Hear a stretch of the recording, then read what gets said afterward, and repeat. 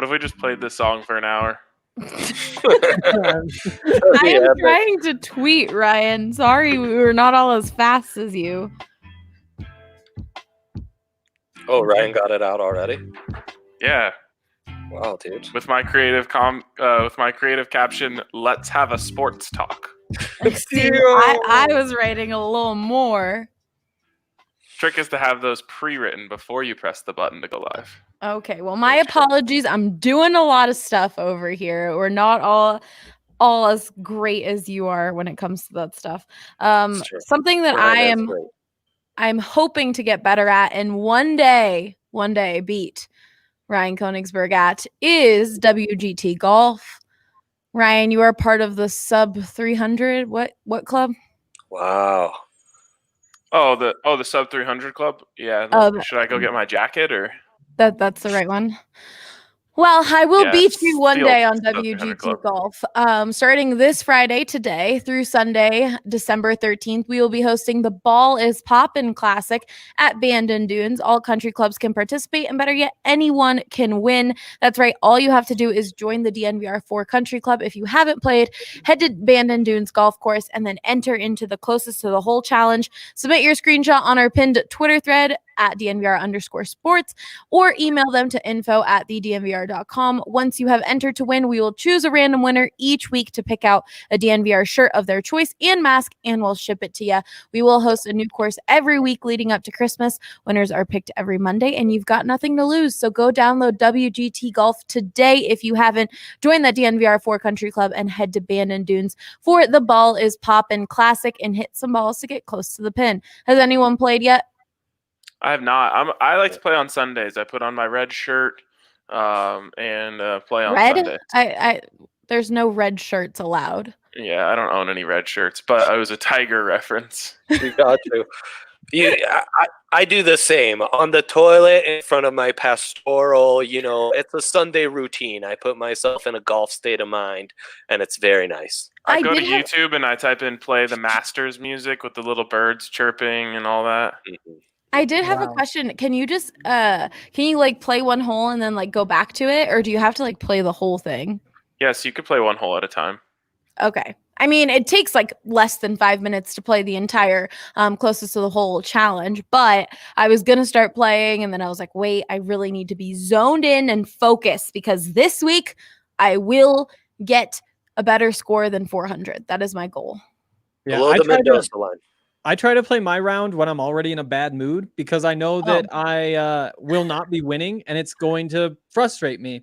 And so I try to pick a nice low point and say, you know what? Here's my opportunity to rebound, or more likely just accept where I'm at. But wouldn't you get more frustrated while already being frustrated? So then you would just be having a bad day. That's assuming there's no floor. To me, it's just you're frustrated. It's not like it somehow gets worse. Okay, well. Yeah, you just take it. I really work on my breathing when I take my shot. Okay, this is getting too much. Inhale and then exhale. Oh, nice. Like a sniper. I'm terrible. Yes, All a right. sniper, though, exactly. Welcome into the Denver Sports Podcast presented by Breckenridge Brewery. I am not drinking Breck. I'm drinking a Strava because I need the coffee. It's been a busy Friday, but you should go get some Breck brews. And what I just saw today on a newsletter that I got is that they're doing this really fun deal where you can go pick up cookies, gingerbread or sugar cookies from the farmhouse, and then they'll give you all the things to decorate the cookies. Then you add in a 6-pack of Christmas ale or whatever you choose, and it's just a fun little date night or fun night with the kids while drinking some Christmas ale. I definitely think that's fun, so you should definitely check that out over at the farmhouse. And just, of course, drinking some Breck brews makes the weekend always great. We are going to just jump into some Rams news. We are talking college football and college basketball on the show today. And while we were getting ready for this show, Justin found out there is a chance that the Rams do not play this week due to some issues. Justin, what's going on? Yeah, I mean, it's unconfirmed from the Mountain West or Colorado State at this point, but Brett McMurphy, kind of a tongue-tied name there. He put out there that Utah State, the players voted to not play based on the comments made by the university president, who basically determined that Frank Maile, the interim head coach, should not be the head coach moving forward. And apparently she said some comments about his religion. It's a super weird ordeal. First of all, judging somebody for being Mormon in Utah is just bad business. You're the president of a university in Utah, like common sense. So this whole situation is just absurd. But it's just unfortunate for CSU, you know. I think everybody realized there was a possibility the game could get canceled. Half their games this season already had been canceled, so there was a really strong possibility. But to lose a game like this for the second time this season when both teams have the numbers to play, it's just super unfortunate, super frustrating for local football fans. And just 2020 in a nutshell. I look forward to a day and time, which may never come, where people in positions of power stop saying dumb things. No kidding, man. I mean, I don't think that's gonna happen, but here's to hoping. It's just like, how does this stuff continue to happen? Like, how are people so tone deaf to continue saying garbage like this? And it's just like I don't know. There's so many of these people in sports and otherwise are just like have learned to just like lie. Like, she could have just said she doesn't think he's a good football coach. Yeah, but like she had to just like show her whole ass by just making idiotic comments. She did not show her whole ass for people who may be confused. Figuratively, she did. Okay. But literally, she did not pull down her pants and show her ass. Okay, well, now you're making it really graphic and awkward. I just want people to know. I don't think that's going to happen. It is crazy that it's 2020 and we just can't be a little smarter when we're speaking, but I just think people have their beliefs and they're strong on that, and they're just not going to let that get in the way, even if they hold positions of power, as we've seen. But I can only imagine how frustrating this is for the Rams and all CSU fans, because this is their third game canceled this season, right? Fourth game. Yeah. 3 of which were at home. So it's just been unfortunate. I mean, CSU has only been directly responsible for 1 cancellation. That was the Air Force game. Everything else has been their opponents, and it's been bad luck. And I mean, unfortunately, we knew that there was a possibility. I mean, especially this season, you knew there'd be some cancellations. It's just one of those things for CSU. Anything that could have gone wrong this year went wrong for them. They lost their best player. He declared before the season even started. Then it looks like you're finally going to get to play. Then they have to deal with all kinds of outside distractions. Then it looks like they're not going to play again. Then they do play, but then they don't play because half the games get canceled. It's been a nightmare. It's been a roller coaster. I'm ready for a new year. I know CSU fans are, and I'm sure Steve Adazio is, because and it's not been a fun year at all.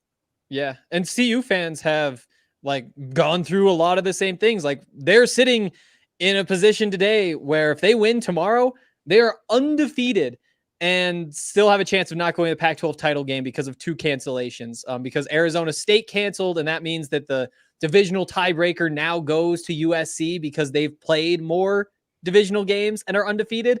And also the game against USC, the head-to-head game, which would have decided which team goes, was canceled also by USC. So Buffs fans, I mean, it may not be quite so ugly. At least they've gotten to play some games, but it's tough. What are you laughing at, Ryan?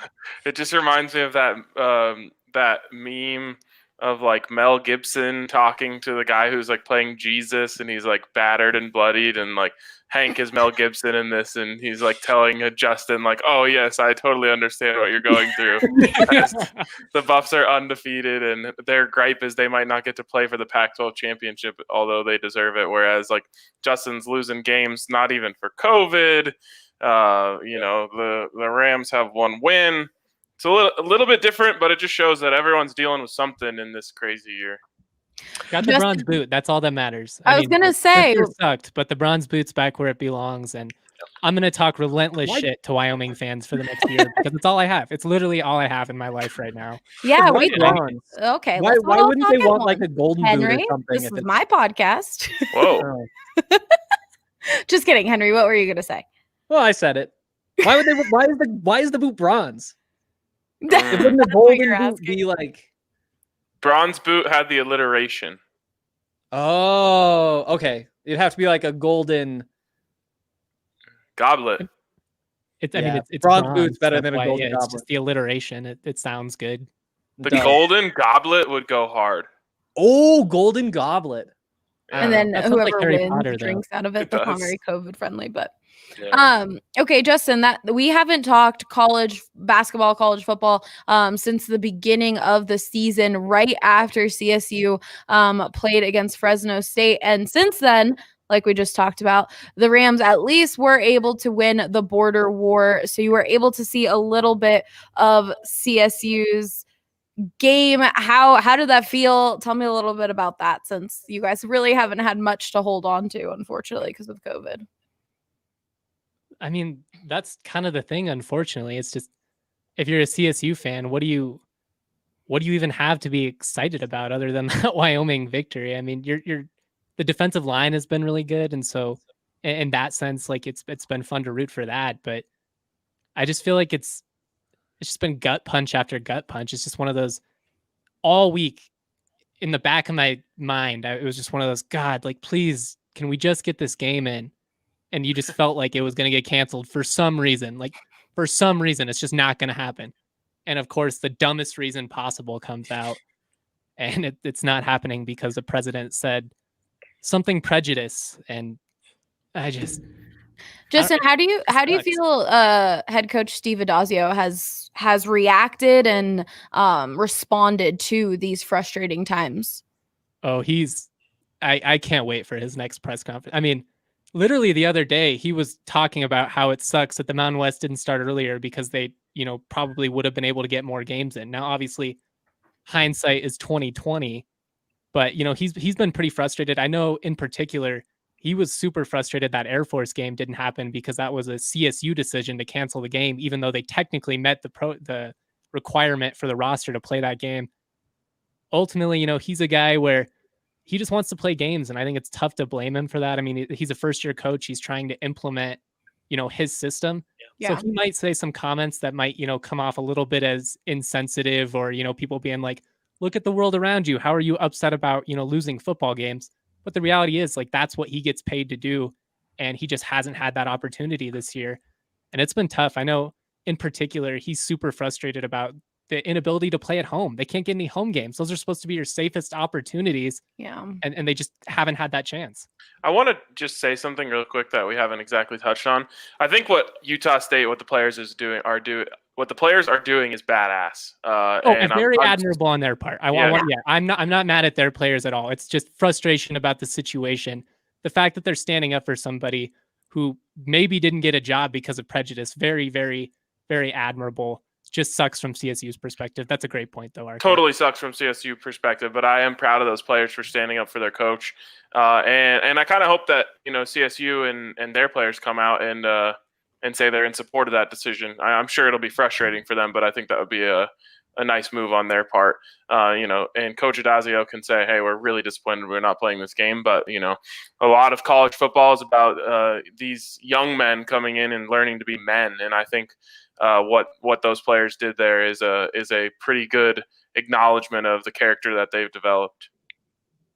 With everything you've seen everything you've seen from yourself, Justin, from everything you've seen from Steve Adazio, how excited are you for next season? Besides just excited to get this season behind you, what excites you for next season for the Rams, especially with the quarterback situation?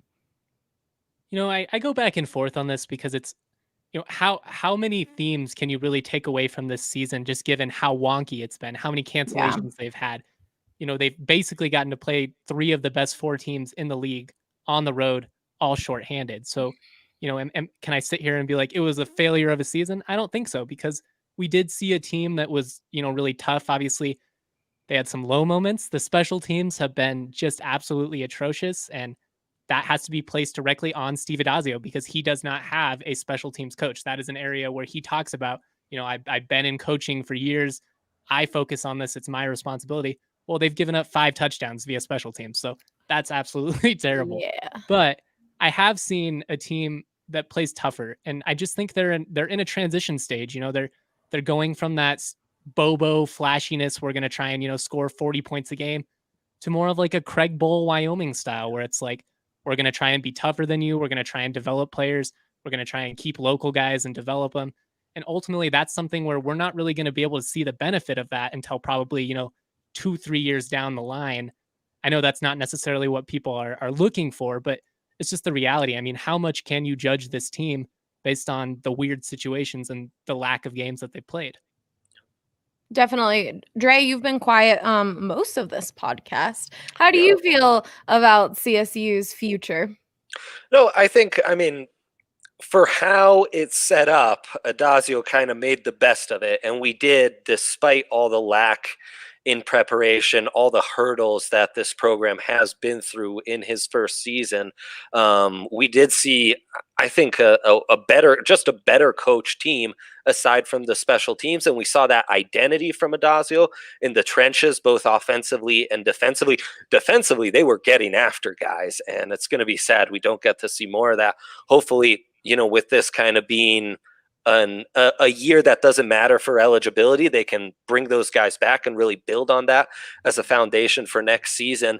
But unlike where Hank chiming in, and it was kind of like the scene that Ryan described with Bloody Jesus and Mel Gibson, is Carl Durrell has got so much good vibes and momentum built up from this really meaningless season where they were playing with house money. No matter how the Utah game and what comes after that unfolds, it's been really positive in really setting some nice foundations. Yeah, the Rams have had some of that with Adazio, but not nearly anywhere close. And had they been able to get a couple layups at home, like a Utah State where they were favored by 13 points, that would have been really nice in creating those good vibes. And, in the end, I think the Golden Goblin that Ryan and Hank were talking about earlier, that's the award you get if you had a Utah State game being canceled because of the players boycotting. In your bingo card, you win the Golden Goblin. Because, we are off the charts here in how these games are getting canceled and postponed. It's just been a wild season. I mean, it's midday Friday, so finding another opponent on this kind of notice, forget about it. So that's a bummer, but hey. Maybe we'll get a game next week. I mean, it's still technically possible. Even when they were supposed to play Utah State this week, Adazio had openly said, if the opportunity arises, I would love to play another game. So yes, he wants it. How realistic that is, we'll have to see, especially because from a budgetary standpoint, if you're CSU, it pretty much has to be a home game. It just doesn't make sense logistically to spend more money to go out on the road after all of this. We'll see. One more comment I want to add, though, just based on what Dre said, losing those layups, they lost 3 games against teams with a combined 2 wins on the season. So those were, they were all layups, 3 wins right there. If you win all those, if you go 4-3, you're just feeling so much better about yourself than where they're at right now. And it's unfortunate. But like you said, the trenches have been better. D-line actually averaging more tackles for loss than any defensive line in the country. So that's great. There are some things they can build off.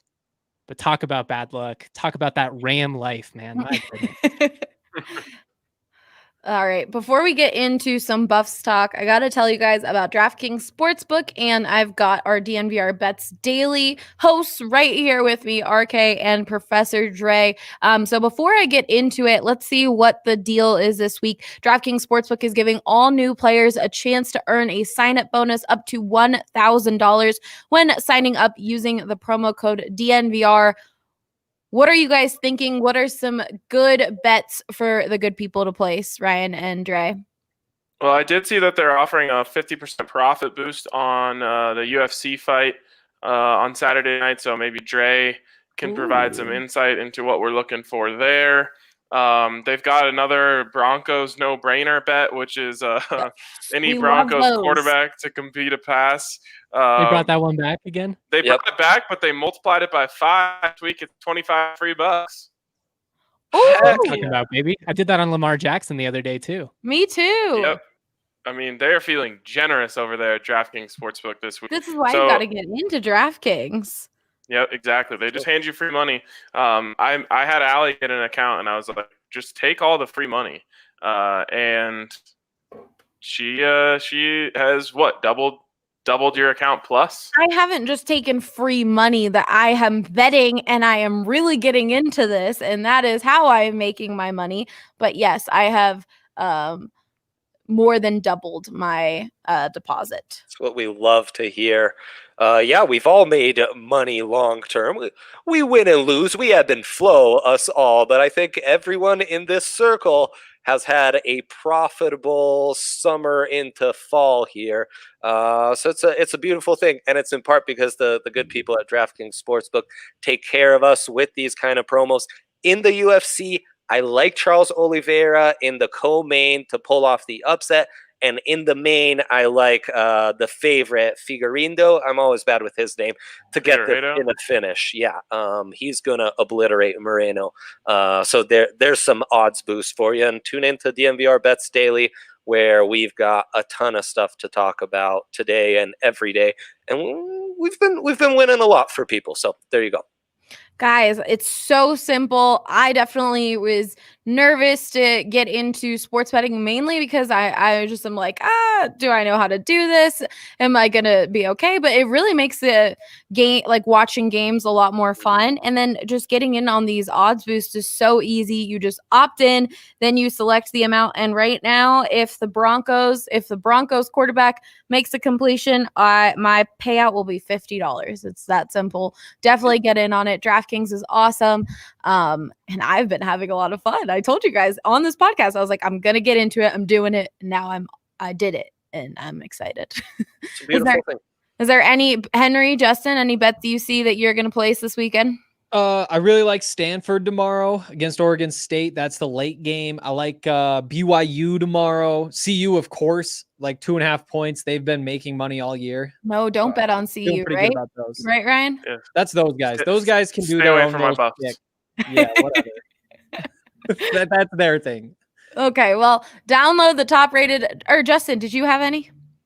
Sure. I mean, I've got North Carolina upsetting Miami. We talked about that on the draft podcast. It's a matchup between two top 20 teams. You can get Miami money line plus money, plus 114. I think there's pretty good value there. Another one I like, we got Wisconsin at Iowa. Iowa's at home, but they are underdogs in this game. Another deal, money line plus 108. I just like the value there. The spreads aren't necessarily that enticing, but you have a chance to make some money. There you go. Download the top-rated DraftKings Sportsbook app now and use promo code DNVR when you sign up and get up to $1,000. That's code DNVR to get a deposit bonus up to $1,000 for a limited time only at DraftKings Sportsbook. Must be 21 or older. Colorado only. Bonus comprised of a first deposit bonus. Deposit bonus requires 25x playthrough. Restrictions do apply. See DraftKings.com/sportsbook for details. And of course, if you have a gambling problem, be sure to call 1-800-522-4700. All right, it is time to talk a little Buffs.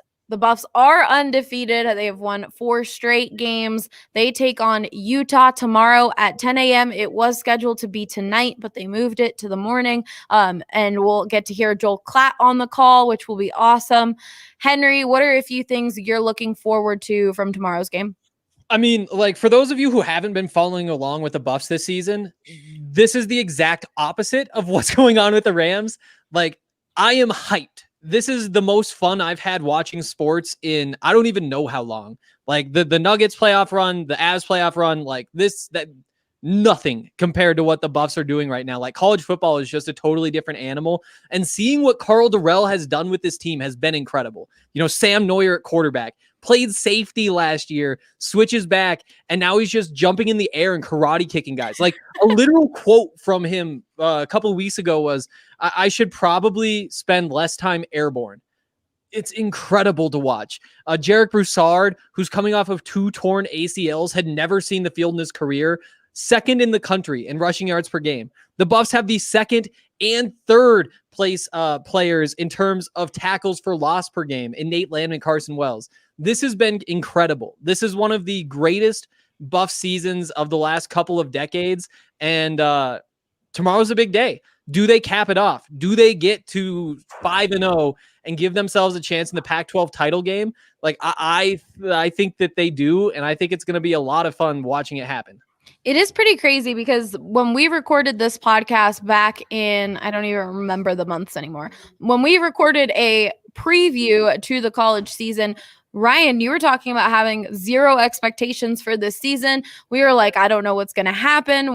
We had just found out that Sam Neuer was going to be the quarterback. People were nervous. They were unhappy with the decision. So much has changed, and this team really has it together. This team is doing things that we haven't seen for a long time, and I think a lot of that does have to do with Karl Dorrell and the way that he coaches this team. And I got to give him a lot of credit for the way that he's handled this transition during a difficult time, a pandemic, last minute hire, and all of these recruits and that were just last second. Everything was pretty crazy when he came in. So big shout out to him for what he's done this season.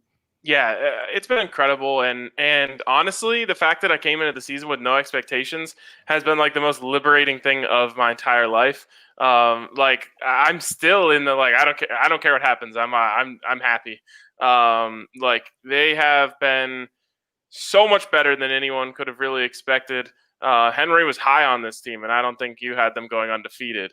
No. So the fact that they've been able to do this. The fact that Sam Neuer has been able to come in and steady the ship despite everyone, attacking the fact that he became the starting quarterback when that was announced. The fact that Karl Dorrell came in one of the worst situations of any of the new coaches in terms of the timing that he was brought in, the circumstances that he was brought in, and just came in, got to work, and makes this team so well prepared on a week in, week out basis is incredible. So I like a lot of people think that, you say you're not going to have expectations. And then as soon as something happens, you start to have expectations. Like, I really don't. If they, I obviously want them to win tomorrow. But I'm so thrilled with the way things have gone this season that I'm completely at peace with whatever happens. Like, will I be upset if they go undefeated and don't make it to the Pac-12 title game? Yeah, I'll be bummed, especially for the players. But in the end, Karl Dorrell gets off to, a dream start for a coaching career at a school. He's going to be able to go into living rooms and pitch these kids on the incredible turnaround that he's done, the NFL background that he has, and it's been a special season. I'm just enjoying the ride. We got to talk about Jarek Broussard, who has just been astonishing. He has been incredible. Another running back wearing that 23 number who's just killing it at CU. He rushed for 301 yards last game. Insane. Dre, what have you thought of his performance? Well, and not just wearing 23, another guy on the shelf, forgotten, coming off 2 ACLs. And then look how good he is once he finally recovers. Just an amazing story. Another small back who's about as good between the tackles, a runner, as you'll see. He's just been incredible with his patience, his vision, and then that burst. And what really stands out, as if those three qualities weren't enough, has been his contact balance. I mean, this guy gets tackled and then he bounces off and he kind of stumbles forward, and another guy, and he just keeps, churning out extra yardage left and right.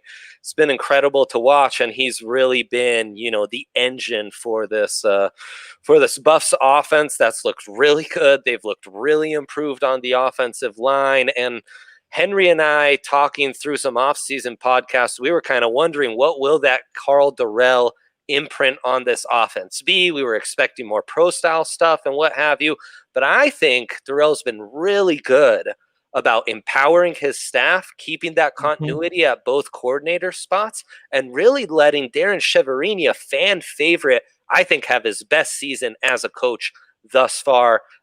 Chev's really been coordinating and calling a nice game these first 4 games for the Buffs. Which, Dre, that's definitely something that we've seen from Buffs fans being a little disappointed with Cheverini these last few games and the play calling. I would say it's more than a little, honestly. That's wrong.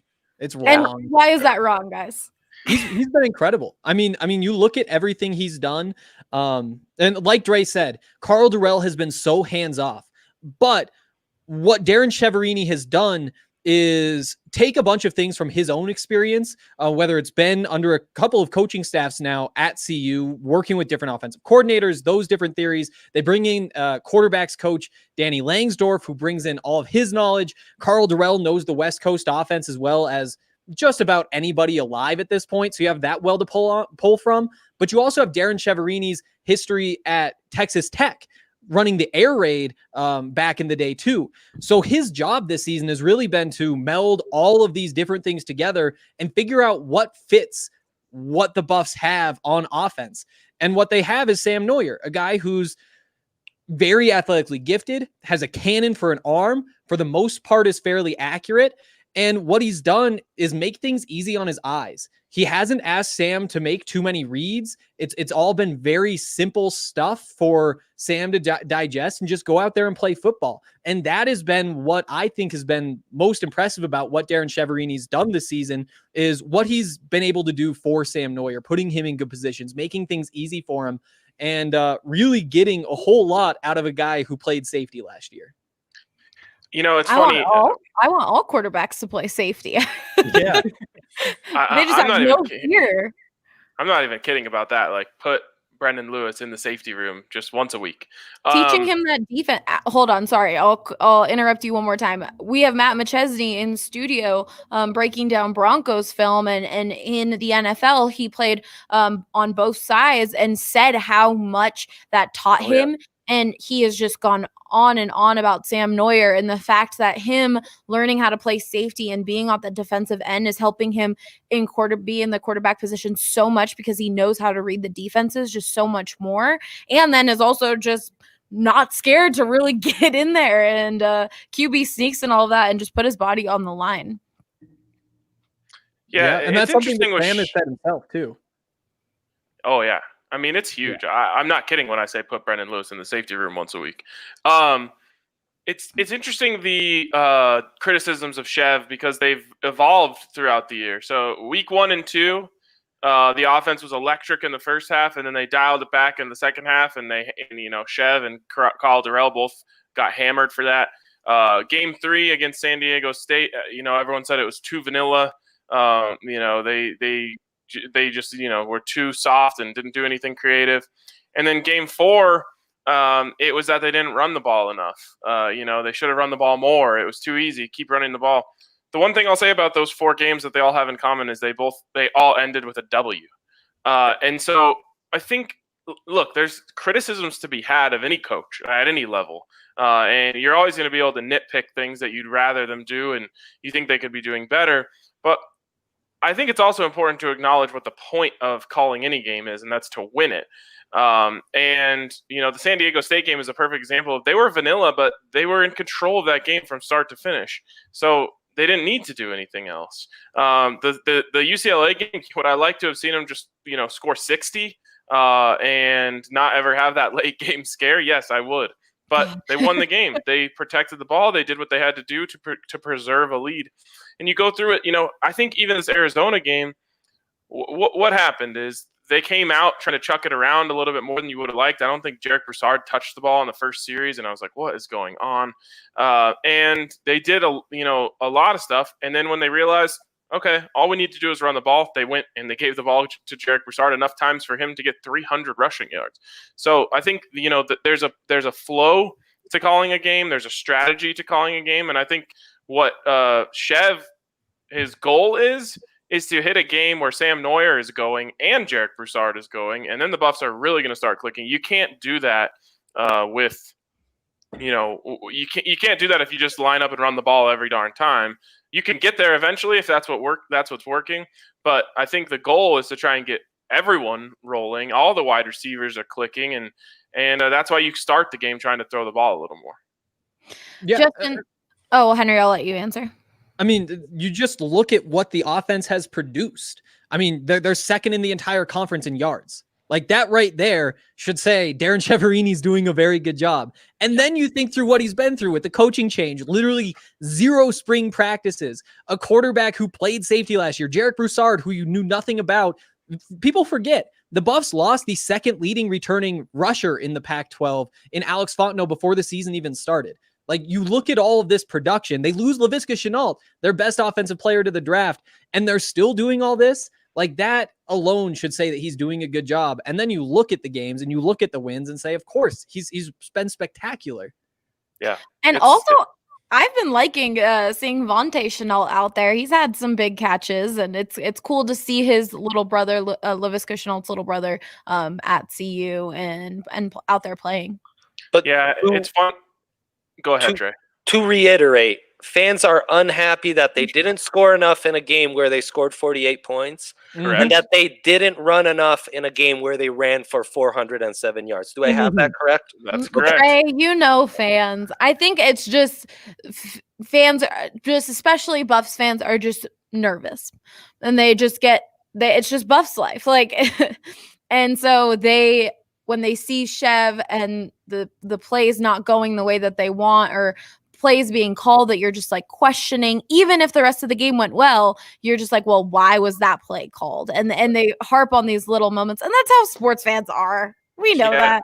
Yeah. It drives me crazy just because like it's been bad for so long. Just enjoy it when it's good, even though it's not perfect. I mean, it's never perfect. It is perfect. They're undefeated. Well, that part's perfect, but the offense hasn't been perfect, and you just can't ever expect that. I think it goes back to me coming into the season with no expectations, and so I can see things very clearly. I feel like, whereas the fans who have the fans have a sliding scale now of their expectations. Like, the scale slid when they went up 28-0 on UCLA. Like, it went from like, all right, let's just hope for the best, to like, now we need perfection for the rest of the season. And yes, I love the fans. Those are my people, but it gets a little ridiculous at times. Yeah. Getting back to Avante Chenault, just because Allie brought him up, one interesting note is that he's actually first in the entire Pac-12 in yards per route run out of the slot, which is interesting because Dimitri Stanley's the slot receiver. He's the guy. He's actually I think third or fourth in the conference. I think third with Britton Covey, who they're going to see tomorrow right in front of him. This is out of like 30, 40, 50 qualified receivers who've been in there. So something to keep an eye on is whether they try to get him into the slot more, especially in the 4 wide sets, if they can't run on Utah's front tomorrow. Justin, from an outside looking in perspective, what have you thought of the Buffs in general? They're a team that discovered their identity, and I think it's just a matter of having the right guy. I think we've seen just how much of a fraud Mel Tucker was. That was one of the things that's come up in our group chat a couple of times. And so I'm not trying to take that as an original point or anything like that, but I just think we see a team that's bought into the coaches that they have. Yes, it hasn't been perfect, but we see a Buffs team that plays incredibly hard every week. I love what we've seen in that defensive front 7. I mean, the D-line, the linebackers, they've been legit. Obviously, what you've got out of the run game, I'd say maybe, see how it plays out next year. Don't get too ahead of your guys' selves just at this moment yet. But it seems to me like they have the right guy, and it seems like a program that's heading in the right direction. And, ultimately that's good for college football in the state if both of these programs can just get back to a winning place. 2 top 25 teams. That's the dream. It's been a while. Been a long time. Yeah. And I think you're right. This season is weird in so many ways. It's kind of the same way that, a lot of basketball people are saying, well, let's see Jamal Murray do it outside of the bubble. Yeah. It's like, all right, well, let's see things get back to normal. You can pump the brakes a little bit. Well, what I will say is that momentum in college athletics is more important than in any other sport, in any other way you play it, because you can turn momentum into players. And those players then turn that momentum into wins when they get here. So obviously it's up to Durrell and staff to finish the job on the recruiting trail, but it's a hell of a lot easier to sell, whatever they end up, 4-2, 4-1, 5-1, 6-0, whatever it is, that's a hell of a lot easier to sell than what they've been selling for. Even the 5-7s they've been selling for a few years. Yeah. Plus, it's worth remembering that this freshman class is one of the best that they've ever brought in. So It's not like they're coming in without a bunch of talent. Like this should be one of the most talented rosters that the Buffs have over the next couple of years, and Carl Durrell has a chance to build on that. Yeah, and to that point of momentum, this to me was always kind of the season the Buffs were supposed to build off of from the rise. We are 3 years removed. There are a lot of juniors who were brought in because of that rise season. And we're seeing that jump in talent. I mean, it's been a slow burn this millennium for the Buffs, really from the conference change to be one of the worst teams in the Power Five to having to build up to being good enough to lose close against Pac-12 opponents, to then winning a division title and now being competitive, being able to fight for bowl eligibility year in, year out. And now you're seeing it on a good year, being able to build off of those good recruiting classes from previous good years and keep that momentum churning. It's pretty exciting. And, the Rams were in that kind of spot 5 years ago with McElwain. They were in they were ranked often. They were making bowls consistently. That momentum got lost along the way, and now they're trying to rebuild that. The Buffs have that. They need to keep it up. It's pretty crazy because, a lot of people talk about, Colorado and Utah coming to the Pac-12 and whether that was the right thing. And, if the Buffs win tomorrow and USC loses tomorrow, the Buffs will have the second most Pac-12 South titles in the last 6 years, second only to Utah. Which is pretty crazy. It would be 5 out of the last 6 would be for Colorado and Utah if they get that break to go their way tomorrow. So it has been up and down, that's for sure. But I just love that this is happening in a coach's first season. Yeah. Because there's just the momentum factor is just off the charts.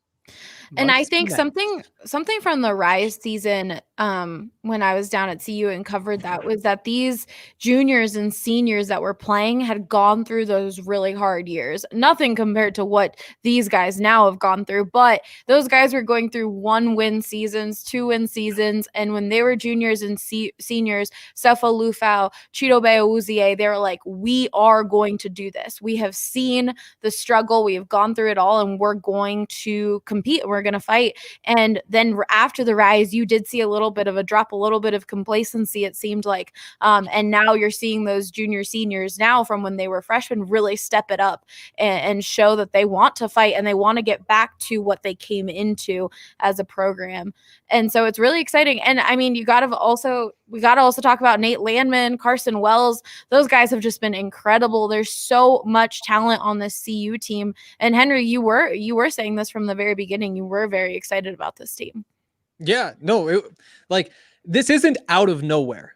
Like this is not out of nowhere in any stretch of the imagination. We saw what this defense did at the end of last season. We knew that on paper it was a top 3 defense in the Pac-12. The question was, what do you have at quarterback? And we thought the answer was nothing.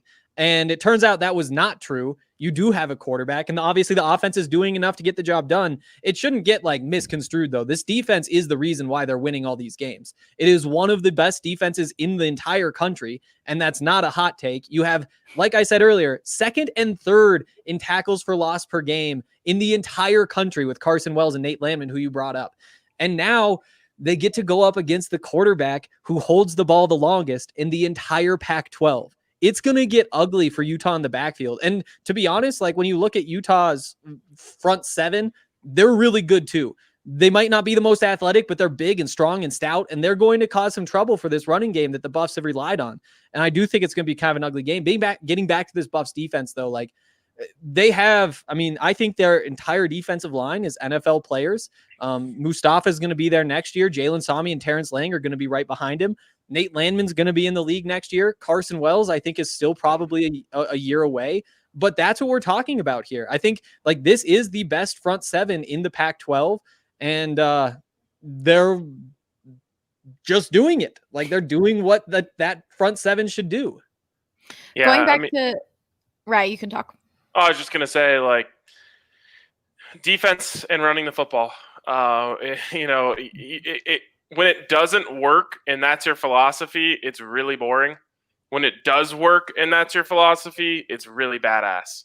And that's what this team is right now. When you are a defensive football team led by a linebacker who is just, I don't know if this is a good thing to say in 2020 in football, but cracking skulls out there, including his own, as he's bleeding down his face from the forehead. You do have an identity, and I think Justin was the one who used the term identity. This team has an identity. and it is like we're going to hit you in the face when you come out here on the defensive side of the ball, and then we're going to run the rock down your throats on the other side. And like when that works, it's magic. And the scary part is like when you want that to be your identity, it always sounds really boring until it starts working, and then it's really exciting. Mm-hmm. Going back to what Justin was saying about what has been talked in our Slack, our company Slack, about Mel Tucker and the difference in coaching with Karl Dorrell, is just the fact that this team has quietly gone 4-0. Mel Tucker was very much in your face, very much. He had a different style than Karl Dorrell, and it feels like this year it is so much more about the players and the team than about himself, which Mel Tucker did a fantastic job selling himself and then selling Colorado. But it was a lot about selling himself. And this doesn't feel like Karl Dorrell is selling himself. He's selling this team and their capabilities and what they can do. And that's also working. Yeah. So Mel Tucker is the guy that goes to the gym and posts a picture every single time. Karl Dorrell is the guy that just goes to the gym and works out and gets yoked. Yeah. In Mel Tucker's defense, though, like he is the one who hired Tyson Summers and brought over this defensive scheme and taught it to all the players. And we saw at the end of last season that it was working, that they were holding good teams to very few points in a way that Colorado hadn't since the Rise season. And his fingerprints are certainly still on this defense. Definitely. Although like the culture change, all that kind of stuff, I do think was very good for Colorado. Yeah, but it's true that he was selling himself to the point where someone bought him. And that's what happened. But yeah, it worked. But that's the other thing I really, really, really love about Karl Dorrell is I feel like if this works and he hits and he rides this wave of momentum, like he's just going to be here. He's just going to be here to keep rolling this thing as far as he can get it to go. And a good transition into that is I've seen this comment a lot on the Buffs postgame shows about Karl Dorrell and the excitement behind his hire and stuff is the comparison of Tad Boyle. And look at what we have in the Buffs have in a coach like Tad Boyle. So we can transition into some basketball talk. But first, guys, go get your teeth cleaned. Make sure your hygiene in your mouth is very, very good. And we have the perfect people that you should go check out. Green Mountain Dental Group. If you go and you schedule a cleaning, x-ray, and exam, they'll give you a free Sonicare toothbrush. You know, quarantine, everyone's been eating. Everyone's just been living their life because that's all we can do in 2020. And so make sure that your teeth are taken care of. Make sure that your teeth are clean and go check out Green Mountain Dental Group. They are one of our very loyal supporters, big Denver sports fans as well. They're 15 minutes out of downtown Denver in Lakewood, and they just truly treat you like a family, and supporting them really supports us. So definitely go check out Green Mountain Dental Group, and you'll get a free Sonicare toothbrush. And those electric toothbrushes are really just a game changer. So don't forget to let us know if you go to Green Mountain Dental Group and let them know that you heard it from us. All right. College hoops talk. The Buffs took on Tennessee a few nights ago, and it wasn't very pretty. Ryan, Henry, what were a few things that you think the Buffs need to work on after watching that game? They got to get an offensive flow. They got to get shots to fall. They got to find their identity. I don't think that team has an identity yet. And you know, the identity of any Tad Boyle team is defense and rebounding. They took care of one of those things, and they defended Tennessee really well. They held them to a number that was very beatable. The problem is they didn't rebound, and Tad often thinks that, you know, if you play defense, it'll take care of itself on offense. That didn't work out for them in that game. I feel like Michael Malone also feels that way. He does, yeah. I mean, it's a staple of a lot. You know, it's similar to defense and running the football in football. You know, when it works, it works. When you have no offense, like the Buffs did in that game, it doesn't. So when they kind of find who they are and they get some shot makers making shots and those sort of things, they kind of find a way to get Dallas Walton and Evan Batty more involved inside.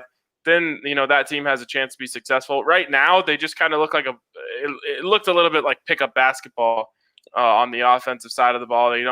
Guys are coming in and out and they haven't played together. And, you know, this is usually the time of the year when you're playing whoever, Omaha, and you're learning about your team. Well, to go in and play the number 12 team in the country on the road on 3 days' notice, it's tough. And I thought they represented themselves well. They just didn't make shots. Yeah, and I think Tennessee deserves to be better than number 12 too. I was reading previews before the season that had them top 5, and that's where they belong. That is where they belong. That is a really good. You don't think Tennessee is? No, they're a top 10 team for sure. They're as good defensively as any. I know. I'm just saying the difference between the top 5 and everyone else in college basketball this year is as great as it's been in a long time. There's a couple that you got Iowa, you got Gonzaga, Baylor, and everyone else. Really, I see, because I think Tennessee belongs right in there. Defensively, they're an incredible team. Don't be down on the Buffs because of that performance against Tennessee. Would be a good way to put. I mean, to go against them on short preparation. I mean, just watching the way that Tennessee covers the floor. I mean, in the half court, it's absurd. I mean, they're as good defensively as anybody in the country. So I guess I shouldn't. I don't know why I argued with Hank there, because he was trying to say Tennessee is really good, and so am I. So Hank, I'll give you the floor to you, and Hold on. I think this is a great time. Am I unmuted now? Can you hear me? Yes. Okay. I think this is a great time to plug a new podcast that is going on the college feeds. So the feed you're hearing it from now, Rams and Buffs. It's a college hoops podcast. These guys go a lot more in detail as to the entire national view of college basketball plus Rams and Buffs. So definitely check that out. DNVR Madness, baby. Yeah. But to me, Tennessee, that's just a better team than Colorado. And that's just where we're at. If Colorado gets some nice breaks and the young guys develop, then you can compete. But it would have been a pretty big upset for Colorado to beat Tennessee. And that's just being honest. That's where this Colorado program is. They aren't a top 25 team right now. And they could definitely work their way into the top 25. But when you watch them, there still are some flaws. McKinley Wright is a great basketball player, but when you go up against a team like Tennessee, he's only beating his opponent by a slim margin because he's going up against really good basketball players. And that's why you need other people winning their matchups too, to help him out a little bit. And that's what I saw, is just that Colorado isn't quite ready to compete with a team like Tennessee. Yeah, it's concerning when your best player, who is McKinley Wright, obviously, can be taken away by just clogging up the lane with all that length. Now, very few of the teams that they're going to play, if any other team that they're going to play this year, will have length like that. But unfortunately for the Buffs, I think there was a bit of a blueprint put out for how you can try to stop the Buffs. It's just you cannot let McKinley Wright get into the paint and go to work. You have to stop him on the perimeter and make someone else do something. Tyler Bay obviously went to the NBA. So who do you guys think is stepping up in his absence, or who needs to step up? Dry Horn is. And honestly, the loss of Tyler Bay doesn't scare me all that much. I think that he does a lot of things well, but there were a lot of times where he just disappeared. You don't win the Dayton game without Tyler Bay. And there are a couple of other games that are just like that. And he was the defensive player of the year in the Pac-12. But at the same time, when he won that award, Tad Boyle was telling us he's not even the best defensive player on our team. Just being honest, McKinley Wright should have won that award. And so when you remove a guy like Tyler Bay, it definitely is a big loss. But you bring in a grad transfer like Jariah Horn, who's going to be shooting 40% from 3 and be one of your leading scorers, stretch the court. And then you have Jabari Walker coming in, the true freshman, who looks like he's ready to go, and he's providing plenty of presence in the paint. You have Dallas Walton, who's now ready to take on a full-time role, and now that he is recovered from the ACL injury. I mean, this roster's in a better place right now. It is more talented right now than it was a year ago, and I'm confident in that. It's just, can they turn the talent into chemistry and winning games? Justin, the Rams basketball team was supposed to play earlier this month, but those games got canceled. So hopefully they play on Monday against Northern Arizona. That'll be their first game of the season, right? They actually have a game tomorrow against CSU Pueblo. Assuming it happens. This is wrong. But, yeah. It's probably not on the official, or is it just an exhibition, or is it actually Well, they're non-D1, so I think it's a game, but Doesn't count towards your net or whatever. Yeah, so. exactly. So That's why it's not coming up. it's really they wanted to open the season up against Northern Colorado. That was the original intent. Unfortunately, CSU didn't even have their first practice until Tuesday. I think that was their first practice in the Wow. last 3.5 weeks as a team. So it's been a tough situation. We'll see how they're able to come out, because I'm actually pretty high on the Rams. As disappointing as this football season has been, I'm equally excited for basketball season, assuming that we can get through it with all of this weirdness happening. Dre, did you put your finger up? Were you going to say No, something? that was fingers crossed that we actually Oh, get to see the Rams, because this college hoop season, both in Boulder and Fort Collins, should be pretty exciting. Greeley too. A lot of really good Yeah. basketball, and Wyoming's much improved. A lot of good college basketball to watch. Yeah, hopefully we get the Rocky Mountain Showdown back. I know they said there was intent to reschedule it. We'll It's see gonna what be happens. tough, but Yeah. you never know. You never know, especially if both teams end up losing a conference game. It's easy enough to hop on a bus, 30-minute drive over to Boulder or Fort Collins. Make it work. Yep. I'm just disappointed that the Big Sky's doing like this. They do both games in one place, and so Northern Colorado is That's what the going up to Mountain West is Missoula doing too, twice, unfortunately. and I don't get to watch the Grizz down in Greeley, and I'm really disappointed. Were we're they all going to have sad for fans in you. their stands anyway? A very Montana, good maybe. question. But I think by the end of conference play, they could have. Maybe. Who knows? Well, we are doing a bunch of stuff on the college beat side, so definitely check that out. We are doing Buffs post-game shows, Rams pre-game shows, and we're going to try and figure out college hoops for Rams and what we do there. But definitely be sure to give our YouTube page a like and subscribe. Hit that little alerts button to get some alerts whenever we go live with all of our shows. Before we fully wrap up, Ryan, what is the line for this Broncos-Panthers game? I was too busy putting my DK promotion. It was what, 3.5? It's 2.5. I think it's 2.5. Oh, God. All right. How do you feel about that spread? Are you taking it? Yes or no? Yes. Yes. That's it? You're Give me feeling the good? Broncos. Give me the Broncos. Okay. What about Broncos money line? Give me that too. Oh, Plus okay. 140. Yep. Feeling Yep. good about the Broncos. Justin, are you taking the spread? Yes or no? Oh yeah. I like what we saw out of the defense, and I think we're going to see an improved offense this week as well. I like their odds. Yep. Did you guys say plus 2.5 or plus 3? 2.5. It's plus 2.5. Okay. Henry, yes or no? Buffs are 2 wins away from getting their asterisk title, Well, and the so Bronx. I'm not thinking about the Broncos till Sunday. Good for you. Hell yeah. Good for you. Yep. Nice. Okay, Dre. Yeah, I hate it. This line is too low.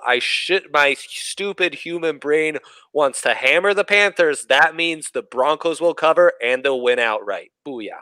Okay, well, be sure to check out our tailgate show every Sunday morning. That's when Henry will start focusing about the Broncos game, it sounds like. It's a lot of fun. The guys have to take a lot of tequila shots. You talk football and the Broncos, and then also get to see Henry message girls on Tinder. We have a lot of fun on that show, so definitely watch that Sunday mornings at 9:30 a.m. Yeah, and don't miss out on the very beginning this week, because Henry has to take a double shot of tequila to start the show because he lost to me in Madden. Well, if Kale's pouring the shots again, then they're all going to be double shots anyway. So Quadruple. Quadruple. It's going to be an interesting one as usual. We will see you guys next week. Have a great rest of your weekend.